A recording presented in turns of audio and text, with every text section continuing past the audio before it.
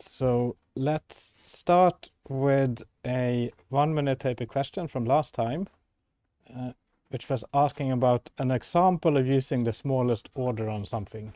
So I know you've been asking about more examples of things, so it's good that you're reminding us. On the other hand, this smallest order functor, what does it do? It takes a set X and it returns a pre-order, so that's an order relation. But this one has the same carrier set and it chooses the order to be equality. So it's not the most interesting thing to have an example of, right? Because what do I get if I apply this functor to some set X? I'm going to get the set X together with the equality on that thing. So sure, I can do it. I can say, well, I want a new order on the natural numbers. It's going to be a pre-order. This new order is acting with the smallest order on the set of natural numbers. Right. Okay, type checks. I can run this thing.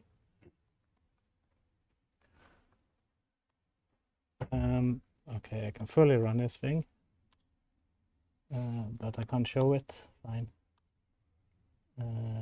Right, okay. So it doesn't like showing me exactly what this is, but it's because, okay, I can say, I can run it. Oops.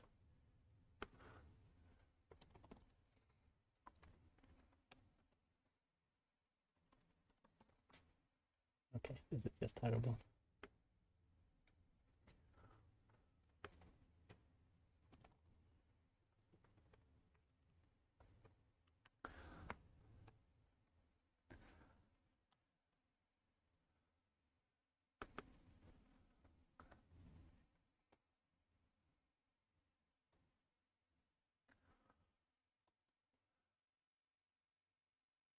Right, so I define it, and if I now ask for the carrier of this thing I just defined,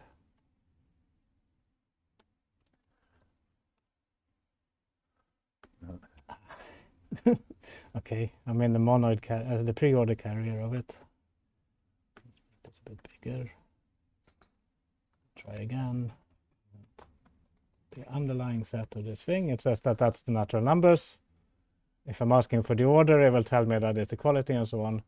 So it runs, but it doesn't really, running it is not more important than defining it in some sense, right? So it might be more useful to see what you can do with this pre-order. And one fun thing you can do is you can take a function on sets and promote it to a function, so a monotone map between pre-orders. So I can define auto smallest, which says that if I have X, which is a set, and I have Y, which is a pre-order, then as soon as I have a function from X to the carrier of Y, then I actually get a monotone map from the smallest order on X to Y.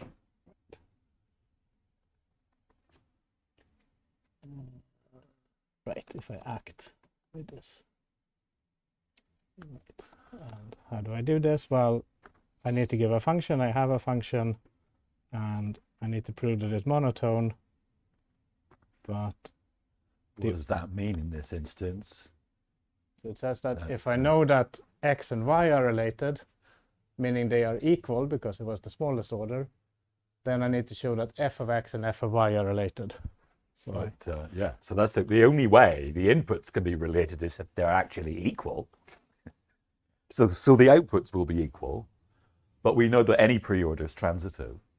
Reflexive. So reflexive. Yeah. Yes.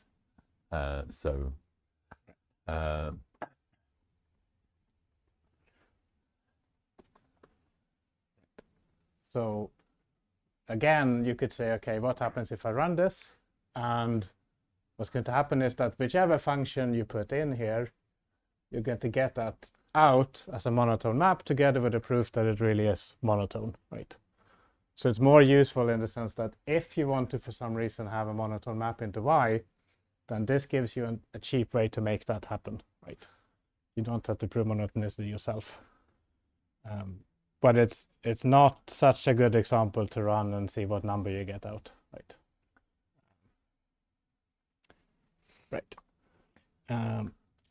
Okay, I hope that's kind of helpful. So maybe it's the opposite of what you asked for. You get another property rather than an example. But there's lots of examples hidden in this, right? Any function you put in, you get an example out in a way. Do we have time to show the corresponding thing for monoids? Do you want to do it? If I can find the right thing in the library. So you'll notice even steal this. That this is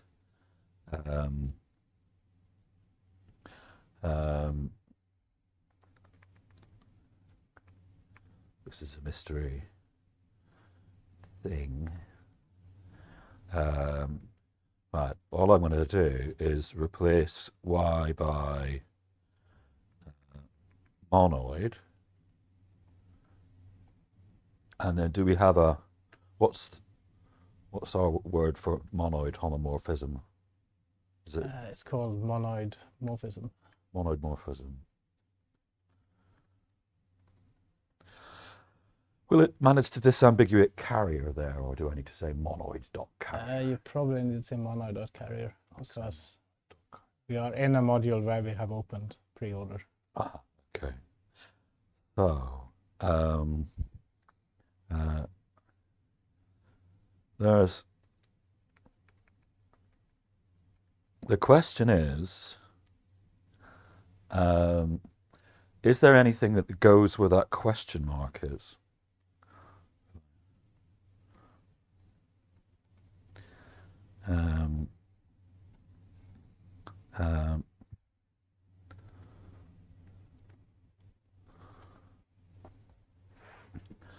Has it actually, what have I not done? Cancel. Try again. Okay. So,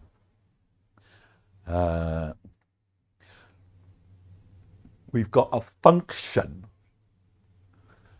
from x to the carrier of some other monoid y. So we know how to turn x's into elements in the monoid.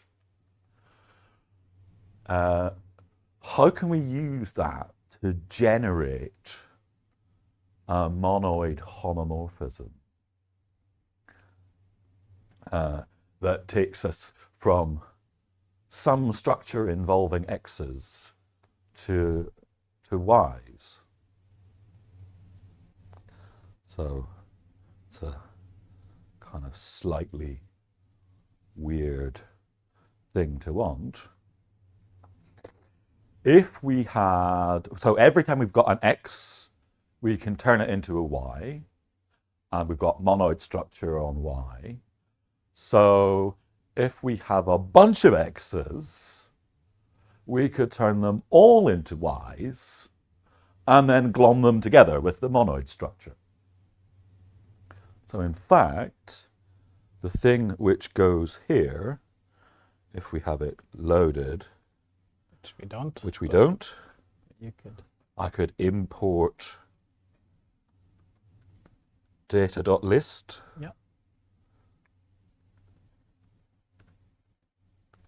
No. Control C, Control F. It's probably a good thing to do.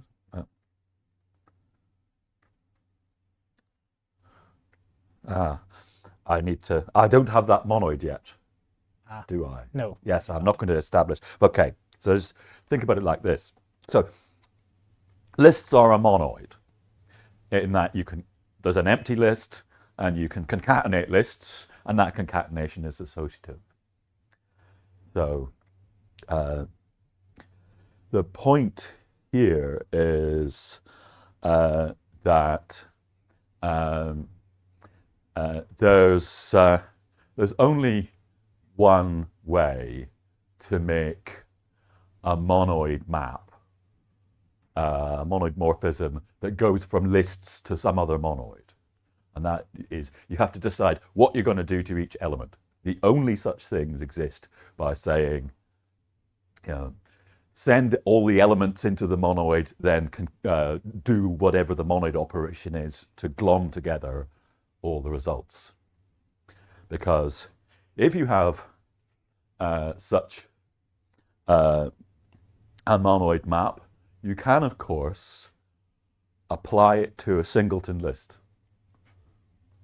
And since every list can be made by concatenating singleton lists, then the monoid laws tell you that you've actually decided, once you've decided what to do with one element, you've decided everything that is a valid monoid morphism, because you can see the input as a concatenation of singleton lists, and then whatever you do to each of those singleton elements with your function, you've got no choice but to combine, to replace those concatenations in the list monoid with whatever operation is in the target monoid.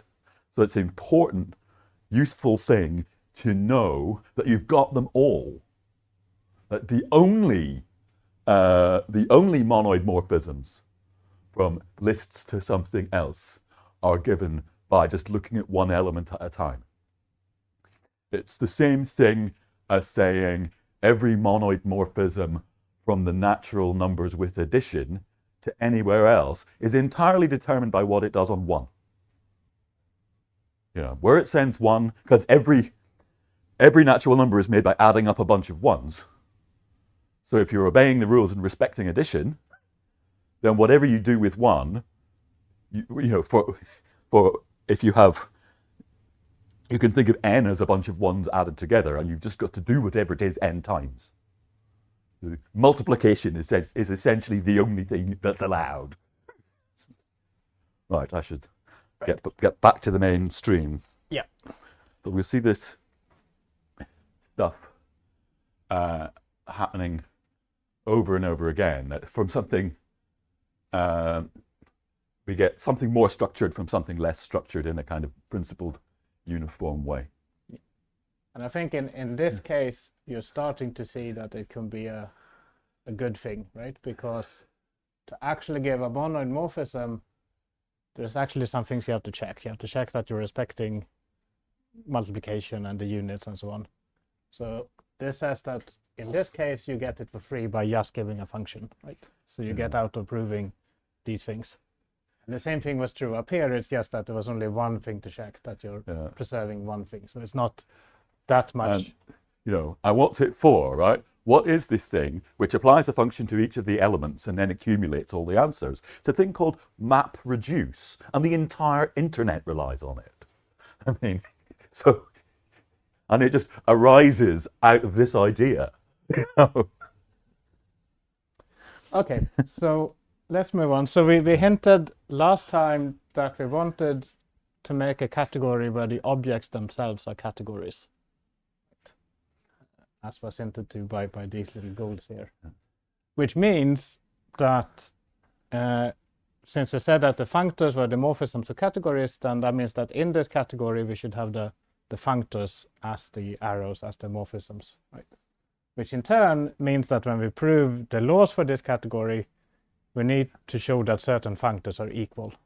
So what does it mean for two functors to be equal? So let's just focus on the type and completely ignore the implementation of this because it's horrible. Right? So in fact, I'm going to go up 2 lines. Just one line too much. Okay, so we can't see the implementation. We can just focus on the type. So this says that if I have two categories C and D, and I have two functors from C to D, in the end I conclude that f is equal to g if I can give these two things. So what should it mean for two functors to be equal? Well, you would expect them to give the same outputs to the same inputs, right? Just like two functions are equal this way. So the first thing we're asking for is that they agree with their action on objects. Right? The action on object of f is the same as the action on object of g. And then we would like to say that the action on morphisms are also the same, right? But the problem is that the action on morphism for f is going to have a different type than the action on morphisms for g, right? So we have to use this proof P that they agree on the action on objects to fix up the types of these two things. So that's what this second line is doing, because one is going to have f of a and f of b here, the other one is going to have g of a and g of b here. And by the first part, these are the same, but we have to actively supply that proof that they are the same for this to type check, right? And then this says that, well, if you can do this, they agree on objects, they agree on morphisms after you fixed up the type, then they are actually equal, right? And most of the time when we deploy this, it's going to be much easier than this looks, right? So we just see what proof obligations we get back from Agda, and then it's going to be okay. But it looks a bit scary at this stage, right? Yeah, but this is an occupational hazard of working with dependent types, is that you know, if you want to say that you've got a number and a vector of that length, and you got two of these, and you want to say they're equal, you need to use the proof that the numbers are equal to make the vectors have the same type, because vectors of length x and vectors of length y aren't the same type. So there's a problem that the equality relation is defined on one type. That's so you have to use the power of equality to transport objects between equal types to fix up the later equations that depend on the earlier ones. So let's just get past this. So Yeah. it looks scary, but you see that the final line just says if both of these proofs are raffled, then the outcome is raffled. But okay, now let's make a category of categories. Maybe you want to do this, Connor? See what happens. Right. So I've got, someone's going to give me a functor f and a functor g, and I need to know what's opened. At this point, well, you'll see. Right, so let's see what I'm being asked to do. What happened there? You didn't reload beforehand, so it introduced those things for you again with stupid names. Yes. Okay.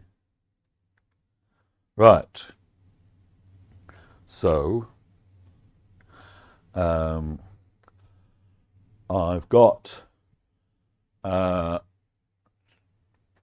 to give an action on objects that will get me from objects of C to objects of E, but I've got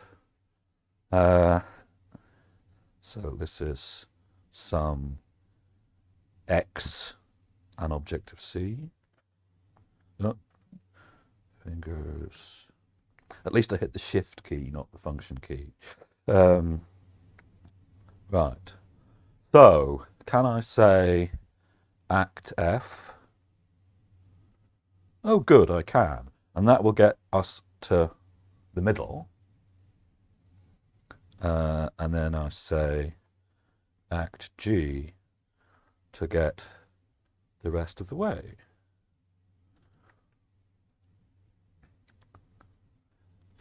I mean,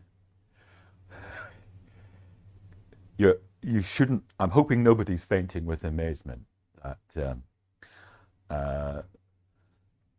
the action of the composition is the composition of the action. That's kind of how it's going to go all the way along.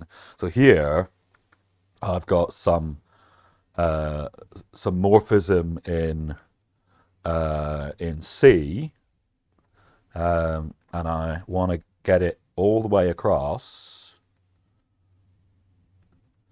to get me from, so this goes from X to Y in C, and this needs to go from G of f of X to G of f of Y all the way over in E.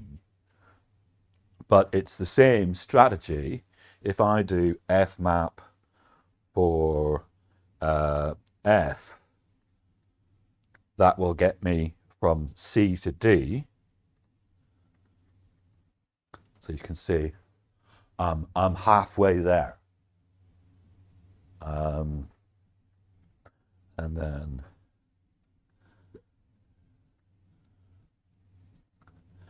fmap G will get me the rest of the way. Okay, that was easy, wasn't it? Well, this may be more amusing. Right. So I've got to show that the identity on object of C gets transported to the corresponding identity on E, and you can guess that that's going to go in 2 hops, right? We know that this thing's the identity, and that will give us an identity here that we can use there. Now, here's the bit where I find the typing impossible. So what do I want to do? I want to grab this, and then I go Control W.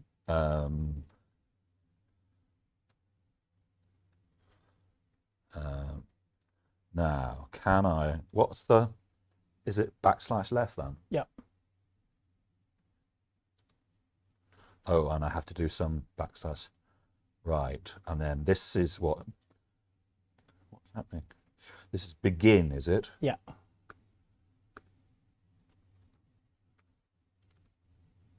And what's the end? QED? Yeah, /QED. Tombstone. And before you do that, if you go outside of the goal and you say where open EQ reasoning. Where open \= dash reasoning with a capital R.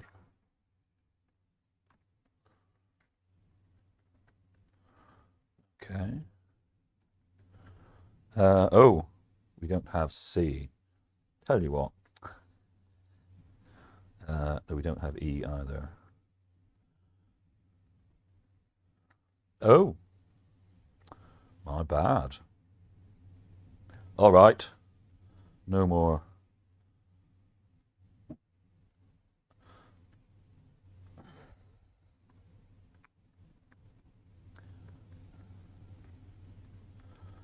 Let's have those things in scope.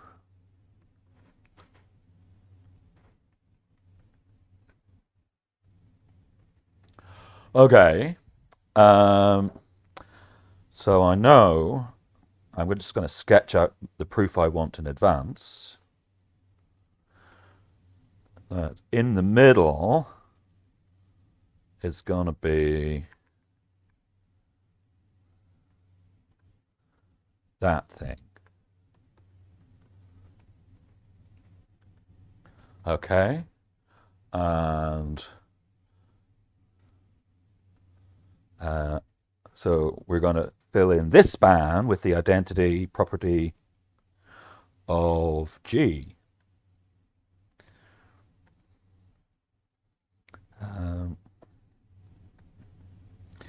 And then what's this thing? This thing is using the congruence. So we're going to wrap fmap G around another proof. And then what's this thing? That's given by the identity property for F. So that was reassuring, and guess what? This one's going to go the same way. We're going to bubble. At the moment, we've got on the left, we've got composition in C all the way in the middle. And on the right, we've got composition in E all the way outside.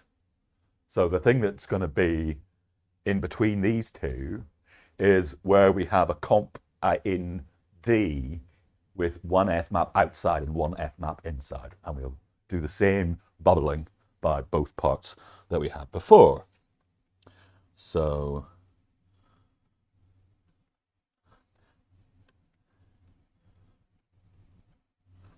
let's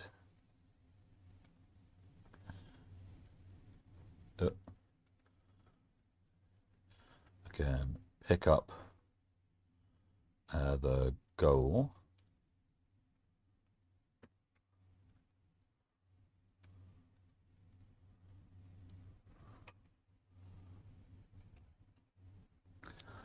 And I want to say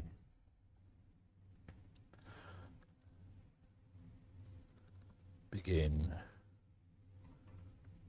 say begin there. And, oop.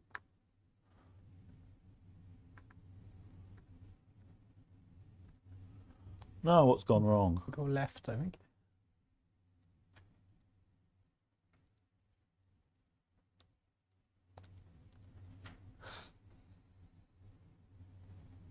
No.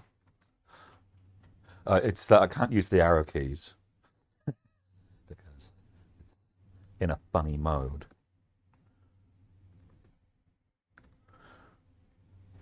No, what's same story.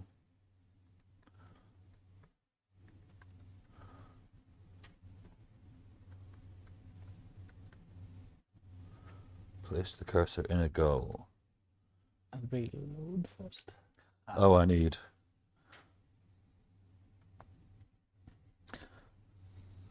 Where I'm gonna. Are they here? No, they will be outside because Here.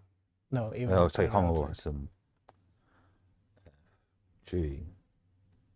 F equals F, I think. You have some objects first, right? Yeah.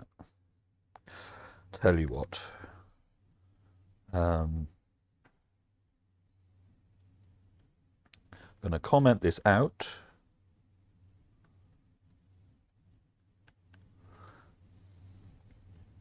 So I can write a question mark.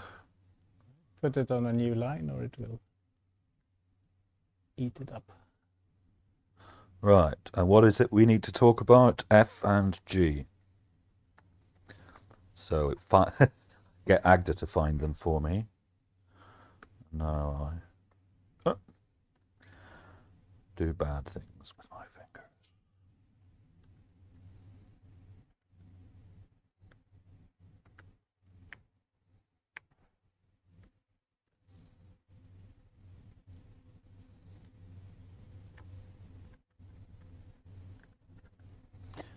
Almost reassembled this. Okay. We're back in the room. We know the thing in the middle is going to be oh,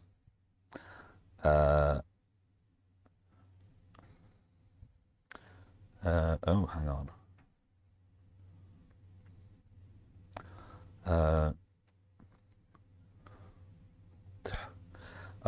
I'm messing this up quite badly because I'm being silly.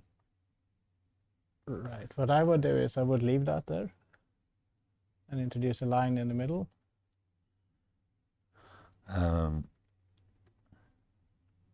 Right. What I want to do is normalize that stuff. Yeah. But if you go to the next line and put a question mark.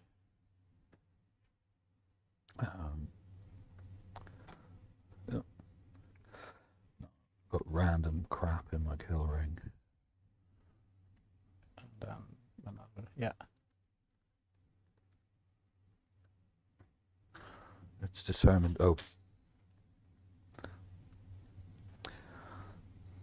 Right. And now you put, okay, reload. You put Raffle in goal 2.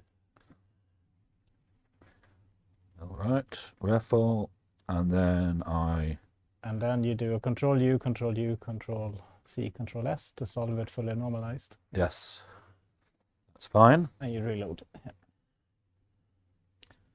Okay, cool. So we're actually at the starting point we care about. Do the same thing for the other one, actually.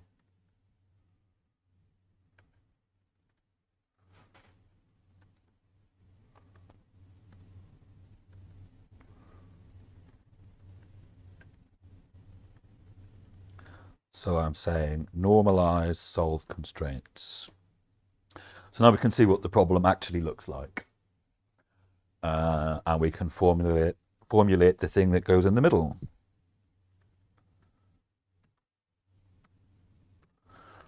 Which is gonna have a comp D there.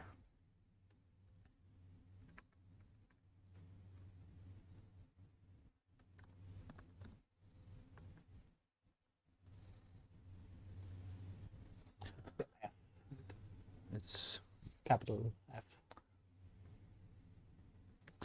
Yeah, it is. G's on the outside, F's on the inside. Count the brackets, looks good. All right. And then this step is going to be a Cong F map G of something. What's the something? Exactly that F respects composition. So that's homomorphism for F. And then what's this thing? Exactly that that G takes decomposition to E composition.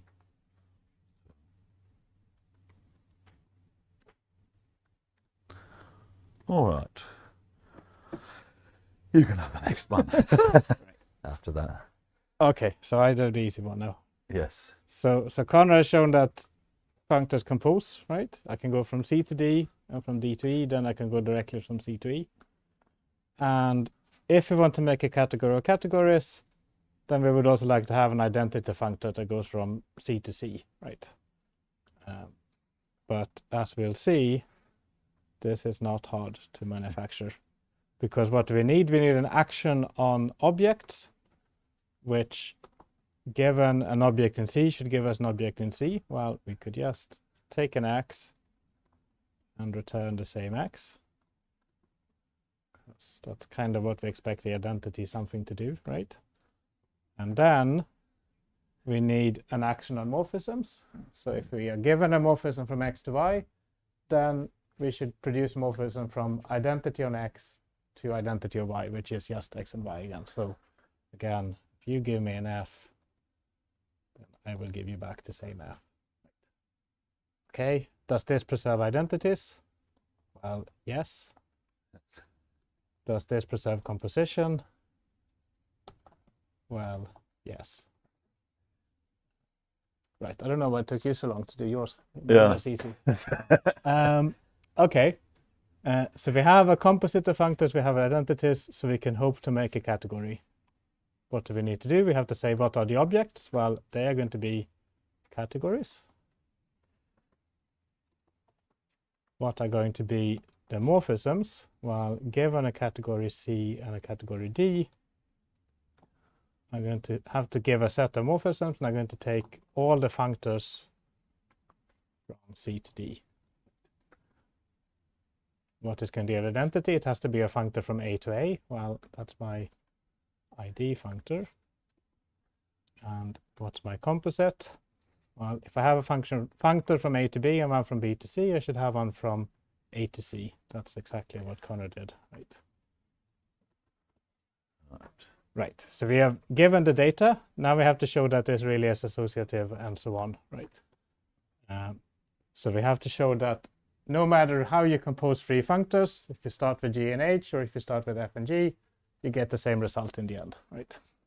But this is exactly why we wanted to have this eq functor thing, which said that if you give a proof that they agree on the objects and they agree on the morphisms, then you get an overall proof. So what does it mean for these composites to agree on the objects? Let's see. So well, can we just see the previous collection of goals. You mean? Yeah. So just by loading. Uh-huh. Yeah, after you've refined by eq functor. Right. Eq functor question mark. Yeah. Okay. Okay. 7 so and 8. Yeah. 7 and 8. So you can see that 7 is an equation that we're interested in, and then 8 is this gnarly thing using the proof we haven't done yet of 7 to fix up the types. However, we might just be yes, lucky if we might be lucky. If you have an easy proof of 7, if that's just REFL, then that's going to make this subst compute, and we might even have an easy proof of 8. Right. So let's see what we need to do in 7. Well, thankfully, this again looks okay, right? REFL works here. Yeah. So we say, actually, the types weren't so far apart. Right. Because now, before I look inside 8, we can see here what I have to do. It has to be a subst, blah, blah, blah, equals something. But it's a subst with a REFL put in here. That's that REFL, right? So if I actually normalize this goal, we know that subst of REFL computes. So we see that the subst has disappeared, and we are again left with a simple goal in this case. So REFL just works. So when we used this EQ functor, it wasn't so scary after all, right? But before we put in REFL here, it looks quite scary. Yes. So that's what happens when you have these systems of equations that are where the later equations are glued together by subst.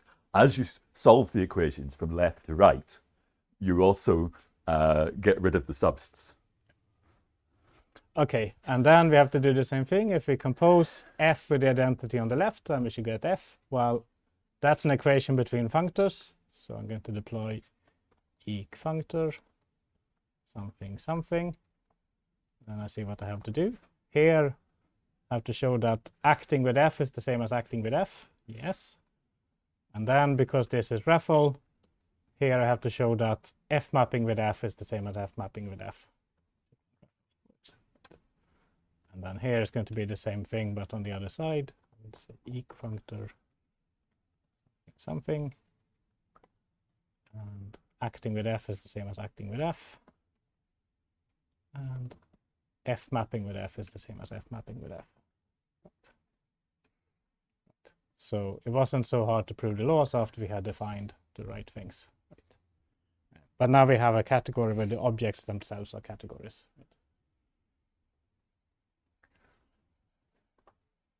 Right, but it doesn't stop here. You'd be a fool to think if it's that easy. Because now we can go one level up, and we can ask the question, what should it mean to be a morphism between functors, right? So we had categories, then we had functors between categories. And then you could say, okay, is there a good notion of what it means to be a morphism between functors? And the rest, these are called natural transformations. So I have this pure zeta equality again, which I'll delete. So I have two categories C and D. I have two functors f and g. And I would like to say what it means to be a transformation from f to g. And if you think about what these things do, so these turn objects into objects and morphisms into morphisms. Then because they are kind of like functions, you might want to say, okay, I want something for every f of x, right? I want to turn f's into g's because I want to transform from f to g. So that's what this first piece of data is, the transformation, which says that for every x, there should be a morphism from f of x to g of x, right? Acting with f on x, and then from g of x. And this makes sense because f acting on x lives in D, so I can talk about morphisms in D, right? And you could say, okay, shouldn't it be something that takes f map of f and turns it into f map of g? Right? But we don't have a notion of morphisms between morphisms in a category. We only have morphisms between objects. So it makes sense to ask for a morphism from this object to that object, but it doesn't make sense to ask for a morphism from f map of something to f map of something. But we can ask that we are still commuting with the f maps, which is this naturality condition, which says that if I have a morphism from x to y, then it should be the same thing if I first fmap with f and then I transform it, or if I first transform it and then fmap with f. So it's kind of, you can push the fmap back and forth between the doing it before or after you translate. So remember that the fmap operation on functors preserves the superstructure that it acts on and does stuff to the elements stored inside. This is exactly the other way around. We're going to turn F superstructures into G superstructures, leaving the elements the way they are. We might move them around a bit, but we're not going to do anything to them. And it's important. I mean, we can't do anything to them because we don't know what X is anyway. Yeah. So often when you give one of these, then all the hard work is coming up with a transformation that turns f of x into g of x, right? Yeah. It's very hard to write something which is not natural in the sense that this equation is not true. Yeah. So yes. It's not so much when you produce it, it's not a hardship to prove it. It's rather that when someone else gives it to you, it's really useful to assume it, right? Yeah. It's this duality again. So think about polymorphic functions in Haskell, right? You know, you've all written list reverse, and you know that list reverse isn't fussy about the element type of the lists. It'll reverse lists of any old shit. And but you also know that if you have a list of numbers, if you double all the numbers, then reverse the list, you'll get the same answer as if you reverse the list, then double all the numbers. And that's what naturality means. Okay, so let's look at one example. And I didn't want to do the list reversal example, so yes, so tree reversal. So I do a kind of tree reversal instead, indeed. So remember we had this type of trees, leaves and nodes, and could have considered to flip this tree as I go down, right? So I can say that flip of t is something, I pattern match on the t, the leaf, I return with a leaf. If I have a node, then I'm going to turn that into a node again. I'm going to keep the same data, but rather than putting the left subtree back here, I'm going to flip the right subtree and put it on the left.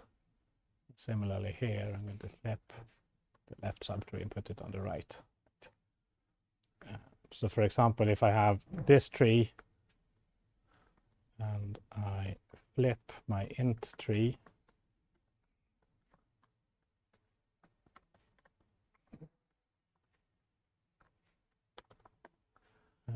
then I get something which looks kind of flipped.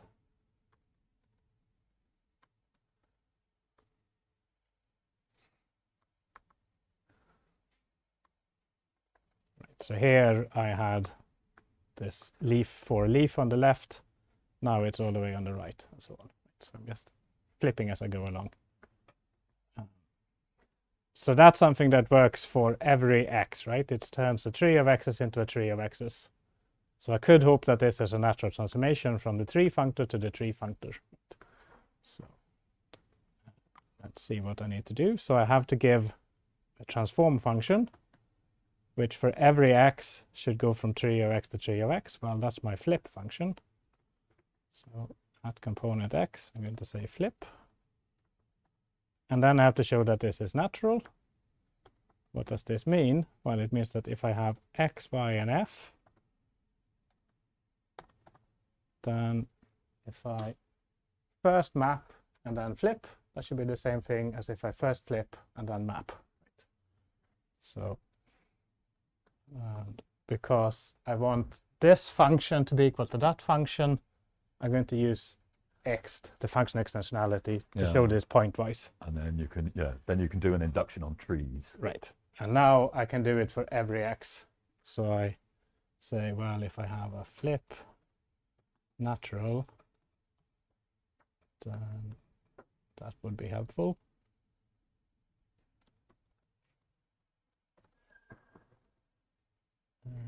Right, okay, and then this is really defined to be flip. Yep. And this is defined to be flip.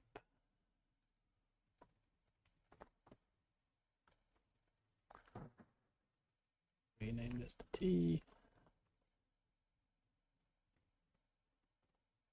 Okay, let's see if it fits. Yes, it does. Okay, and then here I can see now what do I need to prove? Well, it's the same equation as before, but now I can pattern match on the T. So if it's a leaf, then I have to prove that leaf equals leaf. It's true. It's LAR. Okay, then I need one node to be equal to another node. They don't obviously agree in the left subtree. They obviously agree in the middle, and they don't obviously agree in the right subtree, right? So if I can only fix up these two places, then I would be in business. So do that with a Kong 2.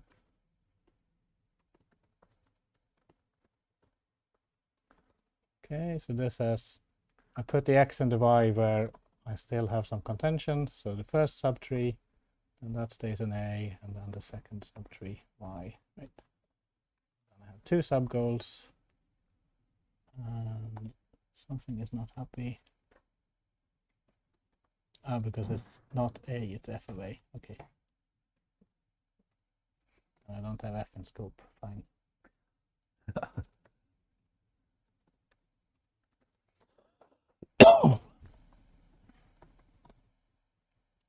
Okay, let's look at the first subgoal.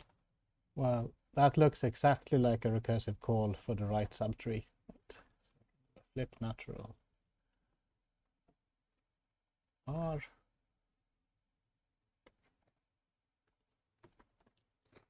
Okay, so I'm happy with that. And then here, it looks like a recursive call for the left subtree. So amusingly, I'm also flipping the order here in the recursive calls, right? So this is also a kind of flip function. But in the end, I defined an operation. It works for every X, and I could prove that it commutes with fmap in this sense, right? So I actually have a natural transformation, not just a transformation. Can we get rid of the spurious yellow? And we can try to get rid of the spurious yellow. There we go. So it's one of these situations where it's hard. Naturality is hard to avoid because what you can't know about, you can't care about. This is really saying, really doesn't matter what the element type is. Flipping trees works the same way. Right. You could think about how could I possibly make something which is not natural, right? And the main way to do that would be if you acted differently depending on what the X was, right? But we can't pattern match on the X in Agda, so you can't do that. But if you imagine that you only flip if X is the natural numbers, and otherwise you stay the same, right? That would not be natural. But that's, yeah. Okay, so we had one more example of naturality, but I think I'll leave that for you to read. But maybe it's also a good exercise. You can define maybe as a functor from set to set.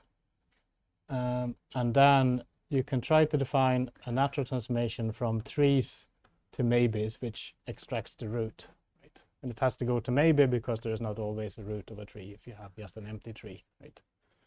And then you can show that that is natural as well. But we'll see more natural transformations later. It might perhaps not be completely obvious why you won't care about naturality at this point, but I hope it's clear that it's useful to have these kind of uniform things that turn something of X into something else of X, right? And that's basically what a natural transformation is, plus this coherence condition that it plays nicely with the F maps of the things. Okay. Yeah. Let's stop there, I think.